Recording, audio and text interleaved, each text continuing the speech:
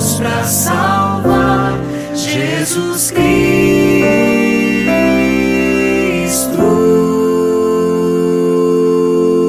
Lições do Santuário, Verdade Presente.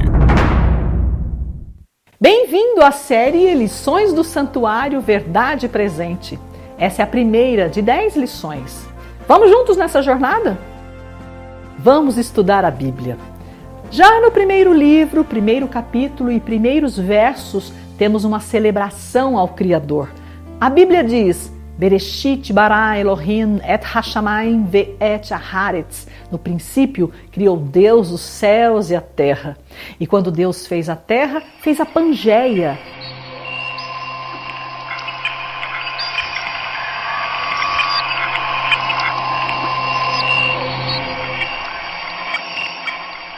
Fez um supercontinente. Naquele tempo, não havia divisões na crosta terrestre. E no meio da Pangeia, plantou um lindo jardim. E no meio do jardim, plantou a árvore da vida. O plano divino era que o jardim do Éden fosse o lar de Adão e Eva. Penso que se eles não pecassem, se passassem pelo teste de não comer do fruto da árvore do conhecimento do bem e do mal, o jardim se expandiria até tomar toda a terra. Então, Deus retiraria o teste do meio deles e ficariam livres do mal para sempre. Antes de criar Eva, Deus criou os animais e trouxe para Adão dar nomes a eles. Agora você imagina o final dessa tarefa? Acho que Adão estava se sentindo muito sozinho, porque os bichos tinham um par, todos eles. Imagina o pensamento do pobre rapaz.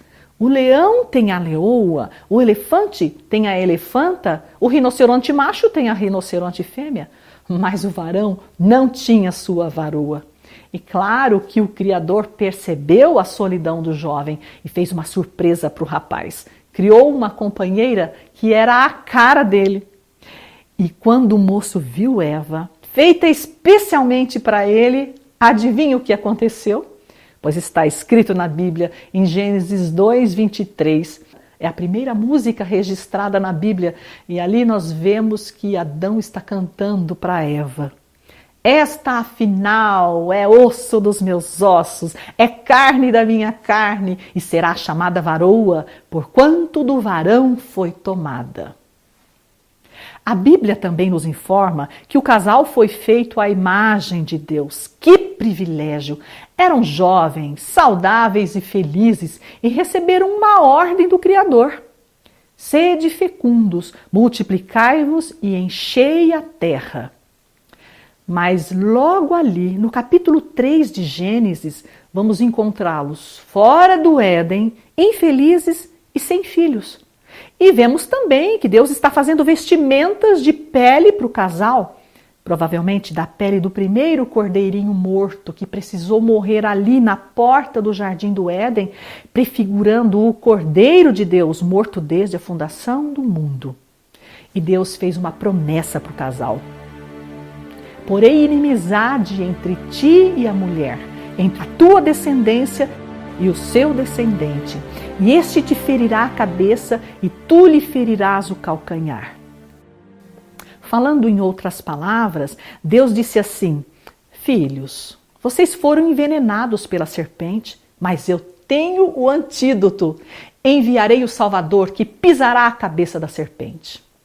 A Bíblia diz que Adão gerou muitos filhos e filhas na Pangeia. O filho mais velho chamava-se Caim e era muito rebelde. É bem provável que seus pais o tenham ensinado a ir regularmente até a porta do jardim para adorar o Criador e pedir perdão pelos pecados. Assim como seu irmão Abel, esse era o filho obediente e seguia direitinho as orientações divinas. Interessante que em Gênesis 4 encontramos Deus procurando Caim e falando que ele estava correndo perigos, que via seu semblante descaído. No verso 7, Deus aconselha Caim mais ou menos assim: olha, Caim, você será aceito. Se tomar um cordeiro e oferecê-lo à porta, vá à porta, deixe lá o seu pecado. Mas em seguida, encontramos o relato de que Caim não dominou o seu desejo de pecado contra o seu irmão Abel e o matou. Então, longe da porta do jardim do Éden, longe de Deus, Caim formou seu clã de filhos desobedientes a Deus. Cresceu e prosperou na Pangeia. Em Gênesis 6, lemos que os homens se multiplicaram na terra, que os descendentes de Caim se misturaram com os descendentes de Sete e que a maldade se multiplicou na terra. Agora imagine esses homens coexistindo no período antediluviano. Sete, Noé, Enoque. E a Bíblia diz que os antediluvianos viviam quase 1000 anos. O verso 4 diz que naquele tempo havia gigantes na terra e também depois valentes, varões de renome na antiguidade. Como Deus poderia cumprir a promessa feita a Adão e Eva de que os salvaria através do Salvador Deus homem? Como poderia salvar o planeta Terra se toda a Terra estava se corrompendo rapidamente? Porque rapidamente o mal se alastrou. Muito interessante também é que, de acordo com a Bíblia, o mal não está se desenvolvendo aqui por milhares ou milhões de anos. Não, Deus tem pressa para resolver o nosso problema com o mal. E depressa, Deus apresentou o seu plano para salvar o planeta, o dilúvio. Aqueles que quisessem se salvar das águas entrariam na arca de Noé. Era só isso, era apenas obedecer. Mas a Bíblia diz que o dilúvio veio, cobriu toda a terra e levou a todos. Apenas uma família se salvou. Mas ainda assim, daquela única família, Deus reorganizaria o seu plano de salvação. Lembra que falamos de uma serpente que teria a cabeça pisada? Ela picou o calcanhar de Adão, infectou a humanidade com o pecado, porque a culpa de toda essa tragédia na terra é daquela serpente que também é dragão. A Bíblia fala sobre isso em Apocalipse 12. Houve peleja no céu. Miguel e seus anjos pelejaram contra o dragão. Também pelejaram o dragão e seus anjos. Todavia não prevaleceram, nem mais se achou no céu o lugar deles. E foi expulso o grande dragão, a antiga serpente que se chama Diabo e Satanás. Pensa comigo, por que é que Deus plantou a árvore do bem e do mal ao lado da árvore da vida, lá no jardim do Éden? Porque existe um conflito em andamento, porque existem dois senhores disputando a atenção de cada ser humano. Somos cortejados pelo Criador e por aquele anjo caído. Um dos elementos mais importantes nesse conflito é o livre-arbítrio dado por Deus a cada um de nós. Para podemos fazer as escolhas certas diariamente, ao lado do bem ou ao lado do mal. Lá no céu, Lúcifer, o primeiro anjo criado por Deus, a estrela da manhã de Deus, lançou dúvidas perante o universo a respeito do governo divino. Ele desafiou o Criador.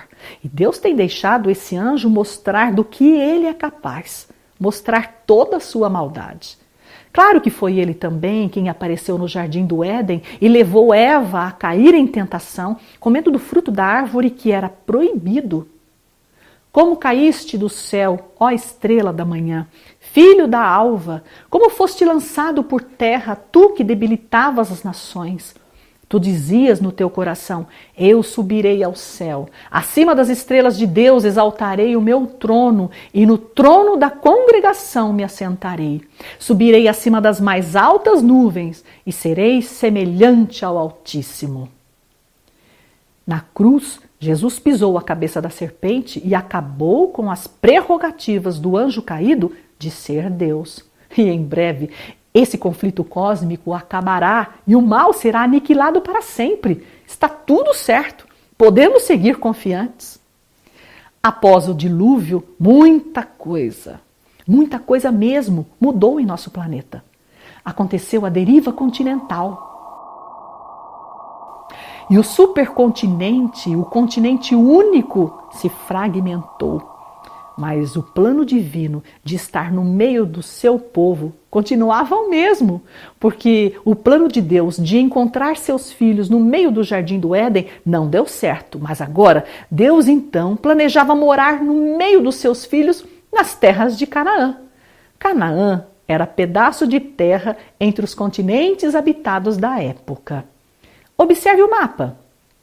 Canaã estava localizada em posição estratégica no meio dos continentes habitados. Olha só, no meio. Interessante isso, não é? Entre a Europa, a Ásia e a África. Ali nasceria o Messias, que salvaria seu povo dos seus pecados. Então Deus chamou Abraão para sair de sua terra e ir para a terra de Canaã.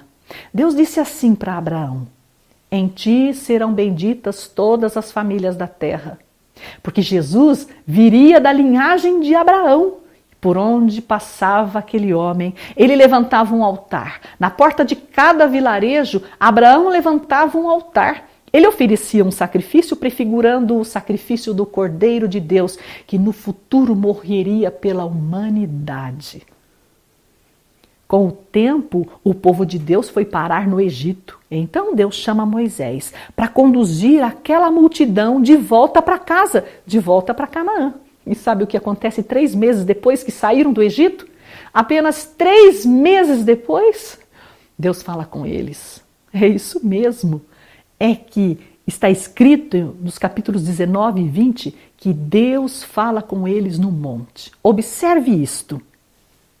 No 3º mês de saída dos filhos de Israel da terra do Egito, no 1º dia desse mês, vieram ao deserto do Sinai. E ao 3º dia, o Senhor, à vista de todo o povo, descerá sobre o monte Sinai. Apenas 3 meses depois de juntar seu povo, Deus vai falar pessoalmente com eles. É que Deus tinha pressa para acomodar aquele povo. Deus tinha pressa para fazer daquela massa de gente uma nação. E nação precisa de povo, território, governo, sede do governo, leis, exército e símbolos. Por isso Deus tratou logo de se apresentar para o povo. Deus diz assim: eu sou o Senhor teu Deus, que tirei-te da terra do Egito, da casa da servidão. Em seguida, Deus apresenta suas leis do seu sistema de governo, que não é nem ditadura, nem democracia, mas é teocracia. A lei moral está registrada em Êxodo 20. E do alto do monte Sinai, a multidão acampada no deserto ouve Deus falando em alto e bom som. Não terás outros deuses diante de mim. Não farás para ti imagem de escultura. Não tomarás o nome do Senhor teu Deus em vão. Lembra-te do dia do sábado para o santificar. Honra teu pai e tua mãe. Não matarás, não adulterarás, não furtarás, não dirás falso testemunho, não cobiçarás. Os 10 mandamentos expressam o caráter de Deus, indicam o modo como devemos amar a Deus e amar o nosso próximo. Os 10 mandamentos são tão importantes que Deus orientou Moisés para que guardasse as 2 tábuas num lugar especial. Depois de declamar os mandamentos no Monte Sinai, Deus entregou para Moisés as 2 tábuas, contendo os 10 mandamentos escritos por ele mesmo. E assim que desceu do Monte Sinai, Moisés guardou as tábuas na arca que havia feito. Deus também disse para Moisés que tomasse o livro da lei e colocasse o livro da lei ao lado da arca da aliança do Senhor. Assim, nas tábuas estavam escritos os 10 mandamentos, a lei moral escrita pelo dedo de Deus. No livro estavam registradas as leis civis, cerimoniais e sanitárias dadas por Deus a Moisés. Essas leis regulariam a vida da nação emergente. Então nós vamos dar uma olhada em cada uma delas. Veja uma lei civil. Homem recém-casado não sairá à guerra, nem se lhe imporá qualquer encargo. Por 1 ano ficará livre em casa e promoverá a felicidade à mulher que tomou. Que interessante isso! No sistema de governo divino, a lua de mel deveria durar 1 ano. De fato, o Criador valoriza mesmo o casamento, hein? Veja só! Então vamos dar uma olhada numa lei de saúde que está em Levítico 11. Levítico 11 nos informa sobre animais imundos cuja carne não deve ser ingerida. Esse capítulo fala de animais que são impróprios para o alimento porque sua impureza está no DNA. Também o porco este vos será imundo. Vamos ver agora outra lei de saúde? Será imundo durante os dias em que a praga estiver nele. É imundo, habitará só. Sua habitação será fora do arraial. Esse verso prescreve a quarentena, muito antes da medicina moderna falar sobre isso. E vamos ler agora uma lei cerimonial. O que tem 8 dias será circuncidado entre vós, todo macho nas vossas gerações. A circuncisão era parte das leis cerimoniais, mas era também uma lei sanitária. Essa cirurgia, feita no 8º dia de vida do bebê, permitia cicatrização mais rápida, menos sangramento, menos dor. Agora pensa comigo. Se eram leis tão importantes e favoráveis ao ser humano, por que é que seriam só para os judeus? Claro que não eram só para os judeus, eram para a humanidade. E vamos em frente? Porque o povo havia saído do Egito há apenas 3 meses e Deus os preparava para serem a maior nação da terra. Ali estava o povo e à sua frente o território a ser conquistado. Deus havia se apresentado dizendo: eu sou o Senhor teu Deus. Apresentou suas leis e agora faltava a sede do governo divino. E me farão um santuário para que eu possa habitar no meio deles. Talvez Moisés tenha visto uma maquete tridimensional da construção e fez tudo certinho, de acordo com o modelo que ele viu no monte. Meses depois, a construção estava pronta e sabe o que aconteceu? Aquele povo viveu uma de suas mais extraordinárias experiências. Estou falando daquela nuvem que seguia o povo desde o Êxodo. Eu gosto dessa nuvem. Aquela nuvem que fornecia sombra e luz, aquela nuvem desceu sobre o tabernáculo. E a nuvem cobriu a tenda da congregação e a glória do Senhor encheu o tabernáculo. Você acha que aquela nuvem era nuvem comum? No dia em que foi erigido o tabernáculo, uma nuvem o cobriu, uma aparência de fogo. Nuvem com aparência de fogo? Porque não era nuvem comum. Esse fogo era fogo, mas não queimava. Porque o Senhor teu Deus é fogo que consome, diz a Bíblia. É Deus zeloso.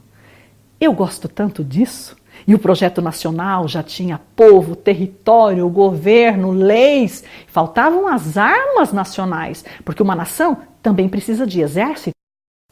No 2º ano após a saída dos filhos de Israel do Egito, no 1º dia do 2º mês, falou o Senhor a Moisés no deserto do Sinai, na tenda da congregação, dizendo: todo homem da idade de 20 anos para cima, todos os capazes de sair à guerra em Israel, contareis segundo os seus exércitos. O exército dessa nação seria constituído de homens da idade de 20 anos para cima e que não estivessem em lua de mel. Por último, a nação precisava de símbolos nacionais e Deus cuidou desse detalhe também. Os filhos de Israel se acamparão junto ao seu estandarte, segundo as insígnias da casa de seus pais, ao redor, de frente para a tenda da congregação. E aqui estão algumas bandeiras. Vamos começar com a tribo mais importante, que é a de Judá, porque Jesus seria da linhagem de Judá. E essa tribo ficava a leste, era a maior tribo reunida. Seu estandarte era o leão, prefigurando Jesus, o rei, o leão da tribo de Judá. A oeste estava a tribo de Efraim, com a bandeira do boi. Ao norte estava a tribo de Dan, com a bandeira da águia. E ao sul, a tribo de Ruben, com a bandeira do homem. Tudo pronto. A nação que marchava para Canaã tinha seu território a conquistar logo ali do outro lado do monte. O governo central do Todo-Poderoso sobre eles, a sede do governo, o santuário móvel, totalmente preparado para ser montado em território nacional, e as armas nacionais, tudo muito rápido. No início do 2º ano, tudo estava pronto para que a maior nação da terra evangelizasse o mundo. Que história, quanto amor desse Deus! percebeu que as ações divinas seguem um ritmo, seguem uma espécie de ritmo de marcha para frente e constante? Deus teve pressa, ele queria acomodar logo o seu povo tirado do Egito em Canaã. Na Bíblia nós não encontramos a vida se prolongando nessa terra em sofrimento e tristeza por milhares e milhões de anos. Essa teoria faz parte das muitas teorias daquele anjo caído. E Deus tem pressa também de nos levar daqui para a nova Canaã, para Canaã celestial. Precisamos considerar a seriedade do conflito cósmico envolvendo o bem e o mal. Conflito que levou o Criador a plantar a árvore da vida no meio do jardim do Éden, representando sua presença, e ao mesmo tempo plantar a árvore do conhecimento do bem e do mal ao seu lado. Penso que precisamos decidir hoje de que lado estamos nesse conflito, porque nessa guerra não existe posição intermediária. Ou estamos de um lado ou estamos do outro.